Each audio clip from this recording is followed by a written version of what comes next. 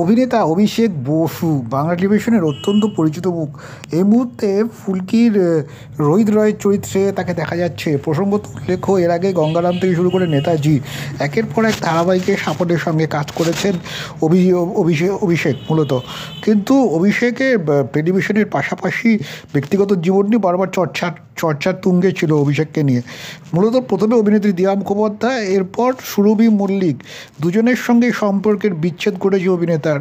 তবে শোনা যাচ্ছে আবারও এক সম্পর্কে জড়িয়েছে নতুন করে অভিনেতা অভিষেক বোস, এমনটাই শোনা যাচ্ছে। মূলত বেশ কিছুদিন আগেই যেটা গুঞ্জন ছিল সুরভির সঙ্গে তার বিয়ে হবে, সে মতো সব কিছু এগোচ্ছিল, তো হঠাৎই তাদের মধ্যে বিচ্ছেদ হয়। তবে এবার যেটা জানা যাচ্ছে, ফুলকির রোহিত রায়ের চরিত্রে তাকে দেখা যাচ্ছে, আর সেখানেই তিনি সম্পর্কে জড়িয়েছেন এই ধারাবাহিকের আরেক অভিনেত্রী শার্লি মোদকের সঙ্গে, এমনটাই খবর। শার্লি এখানে খলনায়িকার চরিত্রে অভিনয় করছেন, শালিনী মিত্রের চরিত্রে তাকে দেখা যাচ্ছে, আর তার সঙ্গেই নাকি সম্পর্কে জড়িয়েছেন অভিনেতা অভিষেক।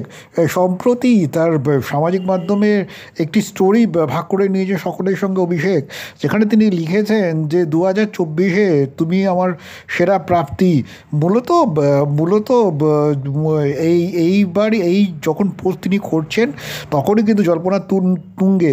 প্রসঙ্গত উল্লেখ্য, সুরভির সঙ্গে বিগত কয়েক বছর ধরে সম্পর্কে ছিলেন অভিষেক। চলতি বছরের শেষেই বিয়ের কথাও ছিল, কিন্তু তার আগেই ছিটকে গেলেন দুজনে। মূলত সামাজিক মাধ্যমে পরস্পরকে আনফলো করেছেন তারা। পুরনো ছবিগুলো আগে রেখে দিলেও এই মুহূর্তে তারা মুছে ফেলেছেন। সব মিলিয়ে এই মুহূর্তে যেটা জানা যাচ্ছে, 7 বছরের সম্পর্ক ভেঙেছে অভিনেত্রী শার্লিরও। দীর্ঘদিনের প্রেমিকের সঙ্গে তারও পাকাপাকিভাবে বিচ্ছেদ হয়ে গিয়েছে। যদিও অভিষেক বা শার্লি দুজনেই কিন্তু এই বিষয়ে কিছুই বলতে চাননি। এখন দেখার আগামী দিনে শার্লি আর অভিষেকের সম্পর্ক কোন দিকে মোড় নেয়।